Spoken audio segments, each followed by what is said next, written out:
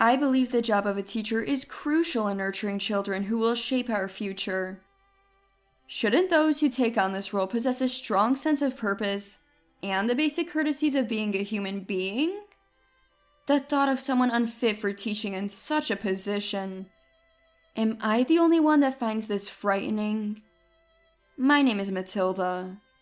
I work as a teacher and am currently teaching world history at a middle school on Maui, Hawaii. Maui is about 2,360 miles away from San Francisco. It's usually a remote island with few flights, far removed from the urban image of San Francisco. I had my reasons for wanting to teach on a remote island, and as if by good timing, my husband Royce got transferred to a government office in Maui, which sped up our move here. Royce has a deep interest in regional revitalization and a strong sense of mission, dreaming of boosting tourism on remote islands. While my husband and I work in different fields, administration and education, we share a common desire to uplift areas that might be at a disadvantage compared to urban centers. But putting Royce's story aside for a moment, I became a teacher largely due to my parents' influence. My father, a former middle school principal, was elected to the city's education board for his achievements. My mother, after 25 years as an elementary school teacher, became an education advisor, offering guidance to struggling teachers and parents, earning widespread trust. Growing up watching my parents, I aspired to be like them. Though I never attended their classes, the praises I heard and the words of gratitude from their students and holiday cards showed their caliber as educators. As their daughter, I felt a mix of pride and happiness, and a deep desire to become a teacher like them. To become a teacher, obtaining a teaching license is essential. One must earn a degree from a college or junior college, complete teaching practice, and acquire the necessary credits. With a deep desire to understand education, I entered a national university of education. Lectures by renowned professors and connections with like-minded peers expanded my skills and boosted my motivation. During my college years, I had two significant experiences, or memories involving two people. One good, one bad, but which one should I start with? There was a volunteer education research group in college. This group actively exchanged ideas with other universities and focused on networking with like-minded individuals. At these regular meetings, not only were there social gatherings, but also opportunities to present our views. At one such meeting, I, representing my university, passionately spoke about my studies and my eagerness to excel as a teacher. After my presentation, the room erupted in applause and praise. A moment of great satisfaction and joy for me. It was then that Ruby, a fellow student from another university, approached me. I felt disgusted by your naive and superficial speech. Can't you talk more realistically? It was a total waste of time. I was taken aback by Ruby's sudden and harsh words at our first meeting. I was merely expressing my aspirations as a teacher. I thought I was being realistic. What exactly did you find unsatisfactory? As I responded, Ruby turned red with anger, hurling irrational insults before leaving in self-satisfaction. I had never encountered someone like her before and was left dumbfounded. Then, another student from Ruby's university approached me with an apologetic look. I'm sorry about my friend. She was irritable for not being selected as a speaker, and seeing your great presentation just set her off. This backstory, though enlightening, made me question how someone so self-centered and verbally abusive could be suited for teaching. In subsequent meetings, I encountered Ruby again. Her disdain for me seemed entrenched, as she continued to mock me and exhibit a sense of superiority, clearly pleased with herself. You're not cut out to be a teacher. Your naive and weak-minded approach is exactly what I despise. Did you hear my presentation? It encompassed the entire reality and suggested future directions. It was infinitely more meaningful than your trivial talk. I don't want to see your face at these meetings. Why don't you just drop out of university? These were just some of Ruby's words, but to me, her presentation was meaningless, self-righteous, and violent in its dismissal of opposing views. She mistook the silence after her presentation for awe at her brilliance. Encountering such a person was my biggest regret in attending these meetings. But apart from that, they were an excellent opportunity to broaden my horizons. As you've noticed, this was the unpleasant part of my story. Now, let me share something positive. An unavoidable step for obtaining a teaching qualification is participating in teaching practice. Many aspiring teachers work as tutors in learning centers for experience. I, too, had taught at a tutoring center, but felt a mix of nerves, anxiety, and excitement at the prospect of real school experience. My teaching practice began at a national high school affiliated with my university, allowing me to gain first-hand experience as a teacher. I learned a lot, often feeling overwhelmed, but I was determined not to let any of it slip through my fingers. Teaching practice, though just 3 weeks, led to a deep connection with one of my students.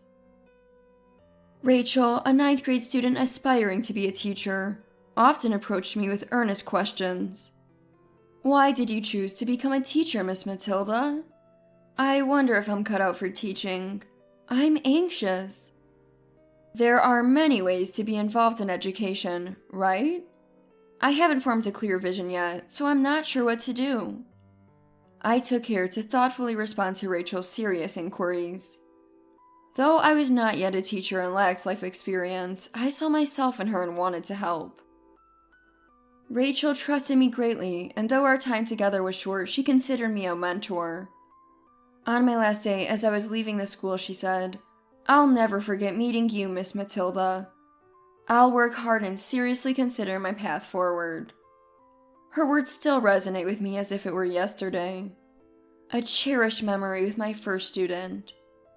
After graduating, I finally obtained my teaching license.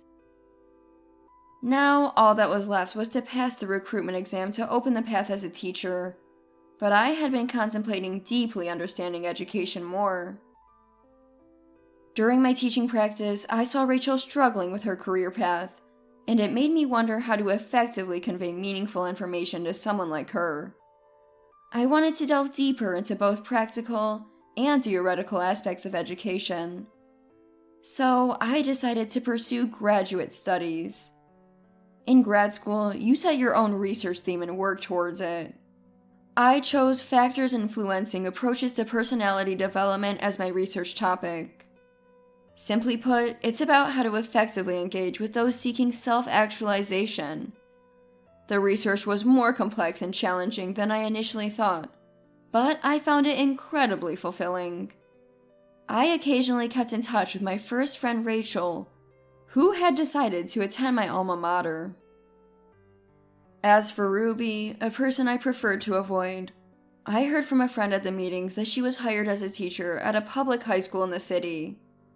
Though I may not like her personally, it's always good to hear about someone you know succeeding. Torn between my eagerness to teach and my desire to learn more about education, I continued my grad school journey. Like in my undergraduate days, there were networking groups, and I joined them to broaden my horizons. The group included professionals interested in education, allowing me to discover worlds unknown to me, making each meeting exciting. It was at one of these meetings that I met Royce, my future husband. Royce, a public servant, was passionate and proud of his work, never sparing effort in his daily tasks. He was a great conversationalist, and our talks often set my heart racing. Eventually, I realized these flutters were signs of affection for Royce, which unsettled me as I had never been in a relationship before. Embarrassingly, I acted awkwardly around him several times due to my unfamiliar feelings. During this time of growing affection, Royce confessed his feelings for me, and we began dating, bringing me immense joy. As our relationship progressed smoothly and my graduate studies advanced, I finally graduated. I passed the teacher recruitment exam, was hired at a local high school, and received a marriage proposal from Royce. It was a time of significant beginnings in both my personal and professional life. Filled with high expectations of standing in front of students and interacting with them, I was ready to embark on my journey as a teacher. But a surprising event shattered these expectations. On my first day at the new school, I encountered someone I had hoped never to meet again. Ruby. By some twist of fate, she was working as a teacher at the same school I was assigned to. After my introduction on the first day, Ruby quickly started her harassment. "I'm surprised someone like you could become a teacher. How many years has it been since you graduated? And now you're just starting as a newbie? How incompetent can you be?" She scoffed. But I chose not to mention my graduate studies. It seems like an unnecessary hassle. When I remained silent, Ruby seemed to take it as a cue to continue her tirade against me. Despite years passing since our university days, her relentless animosity towards me was almost frightening. My subject was world history, and Ruby taught mathematics. Though our interactions were minimal due to our different subjects, Ruby always found a way to interfere. It was particularly burdensome when Ruby joined the committee for a school event. She had no business with my classes, but she would say, "Poor students having to endure your class. Luckily, they have my superior lessons as salvation. My students say they find my classes interesting and easy to understand." On the other hand, I never heard anything positive about Ruby's classes. I tried to ignore her, but that seemed to annoy her even more, making her provocations unbearable. A year of being tossed between my dream teaching life and the nightmare that was Ruby passed. And I was finally approved for my long-desired position at a remote island middle school. I wanted to implement my research theme, educational approaches to environmental differences, in a practical setting. Fortunately, Royce also received an assignment to the same island, allowing us to relocate together. When my transfer was confirmed, Ruby approached me, laughing. "Going to the countryside? Perfect for an incompetent like you. It's like being a fallen warrior." "It's for my research and a new challenge. Calling it countryside is disrespectful to the islanders." Unable to ignore her rude remark, I retorted only for her to laugh, and belittle my career choices, claiming it was pathetic. Convinced she was right, there was no reasoning with her. "I'm transferring to a prestigious private high school. They specifically asked for someone as capable as me." Ruby proudly boasted about being hired at a prestigious school. One a banished incompetent, the other an excellent and beautiful female teacher. The contrast couldn't be clearer. Her comments about exile and beauty were so ridiculous that I just nodded and left. The students on the island, still somewhat naive compared to city high schoolers, were pure and sincere. I dedicated myself to my new teaching role. Royce, too, was working hard at his new job, boosting the island's tourism. 3 fulfilling years passed in this nature-rich environment, working and focusing on my research. Then I was invited to present my research findings at a conference in the city. The prospect of returning to the mainland filled me with anticipation, and Royce was able to join me on his vacation. The feeling was like a mini vacation. The conference venue was bustling with education professionals. Royce came to listen to my presentation, and his support in my nervous state was invaluable. When Royce left to greet someone he recognized, I heard a familiar voice from behind. "Why are you here? This is a distinguished educational conference, not a place for a fallen warrior." I hadn't expected to encounter such a noisy woman here. "Are you presenting something? You should probably not, just to avoid embarrassment." Ruby started talking fluently about how she was asked to attend this conference because of her performance at the famous school, even though I hadn't asked. Her condescending tone and manner were extremely irritating. "It's my turn to present next. I'll let you watch so you don't despair over the difference between us." Ruby walked away, seemingly pleased with herself, but I was worried about her. I doubted whether she could make a decent presentation. And, as I suspected, Ruby's presentation turned out to be remarkably insubstantial. It was so lacking. It might be more accurate to say there was nothing there at all. Ruby's presentation lacked substantial data to support her theories, and her speaking skills were poor. Moreover, she spent much time bragging about irrelevant things. More than half of her talk was meaningless. The awkward atmosphere in the hall after her presentation reminded me of our university days. Apparently sensing the mood, Ruby quickly left the stage. During the 30-minute break, Ruby approached me again. Really, my sophisticated speech was probably too complex for ordinary people. I grace you with my presence, and this is the thanks I get?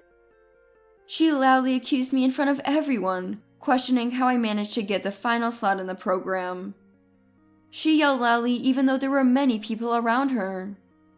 Royce was beside me astonished, as I had told him about this peculiar woman. He whispered, "Now I see." Ignoring her, Ruby got more agitated, calling me a low-intelligence teacher with no value. Her loud voice attracted everyone's attention. Then someone spoke up in my defense.